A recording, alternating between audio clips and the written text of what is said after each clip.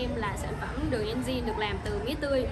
Thì loại đường này có thể thay thế cho đường trắng bình thường, đặc biệt phù hợp với những người bị mắc bệnh tiểu đường. Loại đường này thì có thể dùng để pha chế này, nấu ăn cũng như là làm bánh.